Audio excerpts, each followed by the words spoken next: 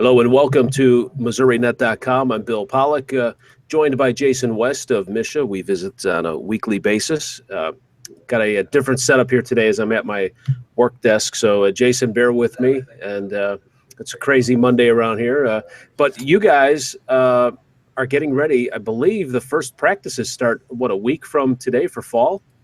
Yes, actually, it's a crazy Monday here too, because everything starts next week. Today is our summer AD meeting, so we're hosting about 140 to 150 athletic directors from around the state at our offices here today, and that's what we've been doing this morning. To add to the resume, parking lot attendant. What do you guys go over with the athletic directors? Tell us some of the things you talk about. Well, we have a variety of things that we're going to talk to them about today. We go over any bylaw changes to the handbook, so we make sure that they're aware of any changes and how those changes to the bylaws, or if there were any constitutional changes, how those changes are going to affect them and the interpretations of those rules, just so they kind of have a feel for it. We know as soon as they get back to their office and get busy with their things that they're still going to have questions when that comes up, but at least now they may have the bug in their ear that, oh wait, I think that changed. We may be able to do something different now. So that'll be one thing. We'll also kind of go more in depth to the Why We Play initiative and have some presentations on that, as well as best practices, some ideas that work in that area, and those things to get people kind of kick-started on that initiative. And then there'll also be a few breakout sessions involved with some other smaller topics, and kind of have some small group discussions on those topics as well. How often will you hear from schools as you go through this first month of practices? Well, once practices start and kids start coming in, at least that first week and a half, maybe 2 weeks, it'll be constant phone calls, just because you'll have new kids in your building, kids that decided they wanted to transfer and may have moved to your district over the summer, but didn't do anything until now as far as notifying the school. And so there'll be all that paperwork, and then questions on insurance coverage, or I'm still playing with my summer team. Do I have to get all these practices in, and those type of things? So at least for the first 2 weeks of practice, we'll still have a lot of questions just because of the various things that will pop up.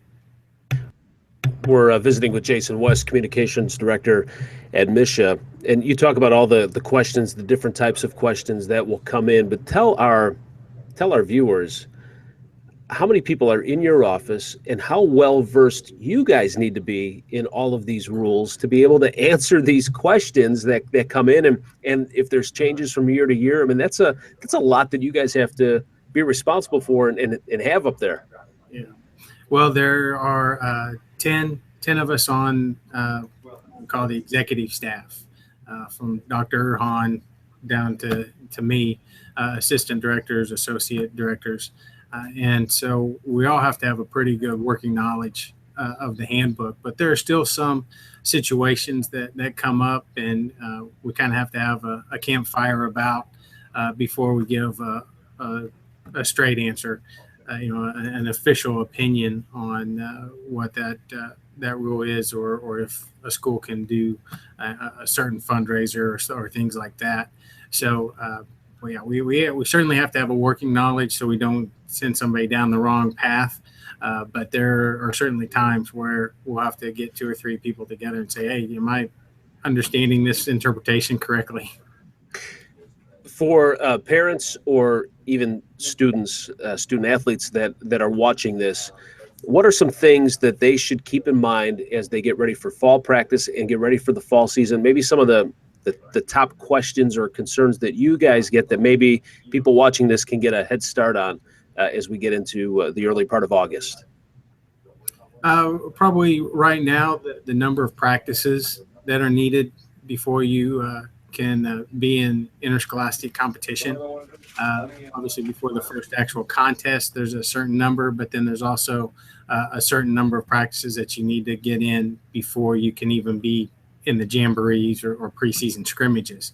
So making sure that you have enough of those in, and if you're going to miss one or two practices, to make sure you're on the same page with the coaching staff that I'm going to miss this one, but I'll be here for this one, and things like that. Most of the coaching staffs know these numbers, and when they put their preseason schedules together, they have 2 or 3 extra practices in there to make sure everybody's covered. So I would say right now, strong communication between yourself and the coaching staff to make sure everybody's on the same page is probably the biggest key. And in case if you are going to miss something, then everybody's on the same page. That's good. And your physicals. Get your physicals. Physicals are very important.